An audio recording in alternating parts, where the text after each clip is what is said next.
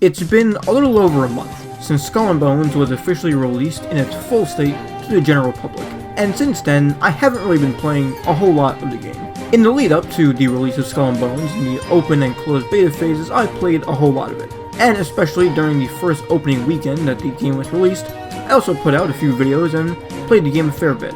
So, I decided, since I had taken about a month-long break, I wanted to hop back into Skull and Bones, and see, compared to the beta, just what had changed. And more importantly, I decided to continue going along with the main storyline of Skull and Bones. You see, during the open and closed beta, the story itself was handicapped, and you were unable to continue forward past a certain point. And so in this video, I decided to return to Skull and Bones and see not only what it had to offer, but specifically what the story mode and the continued missions had to offer just as much. Now, my Skull and Bones adventure begins with checking my emails, as if I'm back at work. But I guess being a month away from Skull and Bones means a lot of people have been mailing me, so it's understandable that I have to collect a whole bunch of stuff and read my emails before I go along on my pirate adventure, just as if this was the 21st century. With my emails checked and the loot from it taken, I go ahead and board my ship, and head off in the direction of the main quest mission that's first required of me, all the way out on the western side of the continent in front of me. Now you see, it's been a while since I actually played Skull and Bones, as was said previously, so I kind of forget the exact navigation charts that I need to head down, which is why I need to look at my map and figure out just exactly where I'm going to make it to this main mission. I head through one of the streets and empty out into one of the larger lakes, where I actually remember the foundry. They used to be there back in the open beta when I played it, God knows how long ago by now. My boat veers a little bit off to the left and to the right, more than to my taste. But then again, the wind is directly in my sails, so it's understandable that it's a bit difficult for steering. Finally, I'm able to navigate the choppy seas and arrive at the Royal Burial Ground, where I continue the main quest story mode. Apparently, I have to examine this bounty map in my inventory and find the proper place on the island where the treasure is buried. But I'm a pirate, not a treasure hunter, so I don't actually know where that is. I end up just kind of aimlessly walking around the island, hoping to stumble upon the X at some point, which I actually do. And conveniently, it actually is a literal X shaped on the map itself. I magically lift up this chest from the ground without digging anything up or even using a shovel, which makes me think I'm not a pirate, but I'm more so an 18th century Superman. And I'm able to complete the first mission of the main quest, receiving some recipes, items, and a bunch of items and loot that I'm probably not going to use. At some point, veering off to the left and the right of my ship and crashing into islands made my ship a little damaged, so I go ahead and repair that said damage. And I take a look at the cosmetics that I actually forgot I had picked up a month ago, back when the game first came out. None of it particularly helps me, but it's good to know that even a month later, the game's cosmetics are still a thing, and there's more of them than there used to be last time I was here. I'm not really going to use this French logo, considering I'm a pirate, not a French captain. Would love to use this ghost, if only I had no money for it. With the pirate map quest done, I go ahead and quick travel back to St. Anne, because I don't feel like making the trip all the way back, and head to Skurlock's office, where I now properly continue the rest of the main quest story mode for Skull and Bones. Skurlock just kind of nods at me weirdly before he gives me the next quest, which requires me to disguise my ship as one of the French compagnie ones. In fact, to get that effect, Skurlock even gives me a color scheme for my sails, to specifically match what the French ships would look like. Apparently the goal behind this main mission quest is to use the colors of my sail and the ship itself to distract the French compagnie and ensure that they don't know who's actually fighting them, which is a little hard to do considering I'm casually crashing into rocks. But despite my terrible steering and making sure I would never get a pirate's license to pilot the ship, I head over to the fortress that I actually need to plunder to continue this mission. And apparently it seems the quote-unquote disguise work, as the enemy forest ships don't really notice me until I'm directly on top of them. And once I've already begun to plunder the enemy fort, the forest ships are caught completely off guard. In order to continue with this subtle infiltration mission, I first have to defeat all of the enemy forest ships that are patrolling this fortress itself before I can properly plunder it. And plus the tower that's protecting it is also something that's gonna need to go ASAP. So in order to fulfill that, I go ahead and round my ship doing corner after corner to make sure that all my cannons are firing at full speed, and specifically at the weak point that's located right in the center of the tower, as you can see from these massive red damage numbers.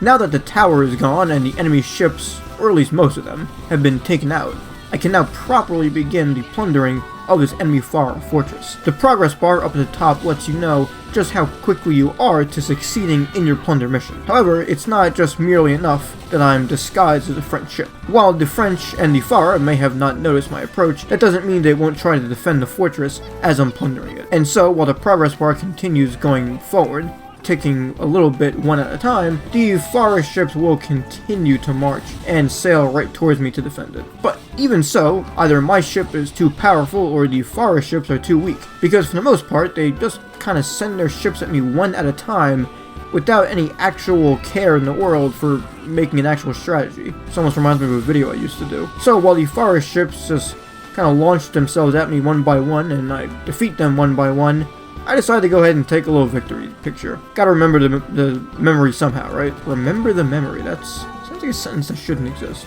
I see that this friendly pirate, if pirates can be friendly, isn't disguised like my own ship is. But it doesn't matter because the Far are a little too focused on this would-be fake French ship attacking their bow to care about this other pirate ship just kind of patrolling around. It doesn't take long for me to successfully finally plunder the Fara fort, and once the final marker is ticked off and indicated that it's successful, my pirates apparently spawn in a box of bottles and successfully plunder the fort. Now that Skurlock's infiltration mission has been successful, and the French and Fara ships apparently don't actually know I'm a pirate, even though I have these giant skulls just casually hanging out at my sails, the mission for Skurlock is technically successful. And with this infiltration mission done, it's time to go ahead and head back to St. Anne. But again, not before taking a nice little picture. I will say, this game's photo mode is one of the best things I could possibly talk about. It was like that in the open beta too, so you have to give them credit where credit's due. The picture mode, very good. 10 out of 10. But what's not 10 out of 10 is my ship sailing speed, because it's 8 knots, and not 10. It could be a lot more. But when the wind is directly hitting right in front of my sails and not behind them, a ship as massive as this one can't really complain. And since I'm technically masquerading myself as a French ship, I imagine that swearing and cursing like a pirate because of the wind isn't in my best interest. I have to keep up the illusion that my crew is prim and proper after all. Thankfully, after a while, the wind finally manages to rest in my favor, and instead of blowing directly in front of me, I have the wind at my back, running at a comfortable 14 knots, which I did not think my ship could actually achieve. And so, I go ahead and set sail on the high seas, having now successfully completed not only a treasure hunt mission, if you could consider it that, but now also this somewhat cool infiltration mission. And at the very least, once I dock on St. Anne, even if the mission itself wasn't too fun, I did manage to get a free color scheme for my sails out of it. So all in all, kind of a win. I managed to finally approach Skurlock, where he's like staring forlornly off at this ship that I certainly don't recognize in the port, or any of these ships for that matter. In fact, I didn't realize that all of these ships that are docked in St. Anne that you can see in the background of Skurlock's office are actual real pirate ships, as in player ships. After all, there are no actual real pirates in this game. But I finally return to Skurlock with the good news and success of my infiltration mission, and he goes ahead and hands me my first successful contract, which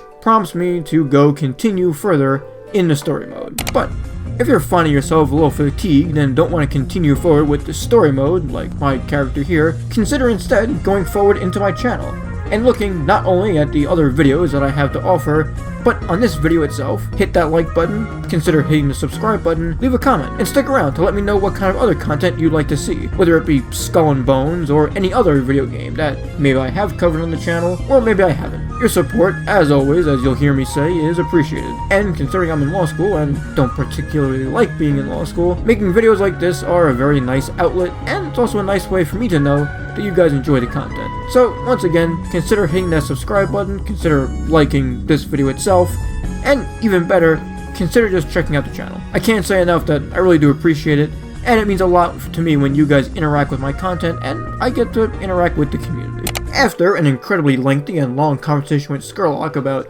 stealing some kind of like trophies or artifacts from the Fara, I instead get distracted by this guy, with his skeleton cat that's hanging out directly in front of the docks for every new player to see. I will admit, that definitely was not in the open or the closed beta, or when the game first came out. So I can only imagine what new players think of when they first dock on St. Anne and they see a skeleton cat with a missing leg just saying hello to them right out the gate. Now, one of the new things that's in Skull and Bones is the Smuggler Pass, which kind of functions almost exactly like a season pass that you would see in every other popular game that could exist right now. In Skull and Bones, the Smuggler Pass works the same way. You progress through a bunch of different tiers, you collect rewards for completing those tiers, and there are challenges, which, when you complete the challenges, they help you further progress down the Season Pass. And like all other games, there are two versions of the pass. There's a free version of the pass that everyone has access to and you can get the loot for that, and there's also a promotional paid track for the Season Pass. So, if you want to go ahead and get your own goodies and loot for free, you definitely can do that every season. Or, if you consider it and want to, you're more than welcome to shell out a little bit of real dough and go ahead and put that towards the paid premium track of Skull and Bones, meaning you would get both of them. But the one thing that I really enjoy is the fact that you can buy stuff in-game with the in-game currency itself. So, as you can see here, I see these two emotes, being the Captain's Jig, which I can't imagine my pirate doing too often on his ship when I'm raiding enemies, or the Furious emote, which are completely paid for with the in-game currency itself, and gives me this really cool message that says I unlocked it. Honestly, the message was more cool than the actual dance, if you ask me. But finally, after I'm done checking out this new smuggler shop and the season pass for Skull and Bones, I'm actually able to collect a couple quests from this specific merchant himself, who you can actually view the smuggler's pass and the battle pass at. I'm not exactly sure what this contract actually entails me to do, but I figure it'll help out my smuggler's network and put me a little bit more progression towards the battle pass for this game. So, it can't hurt, and also it's more content for me to do. So whenever I don't feel like doing one of Skurlock's missions, it's nice to know that I have some kind of outlet and can do other missions and casually ignore Skurlock altogether. And so, considering I've now talked to this guy and Skurlock, I think I have a good gauge on Skull and Bones. And honestly, I'm glad that it's still kicking.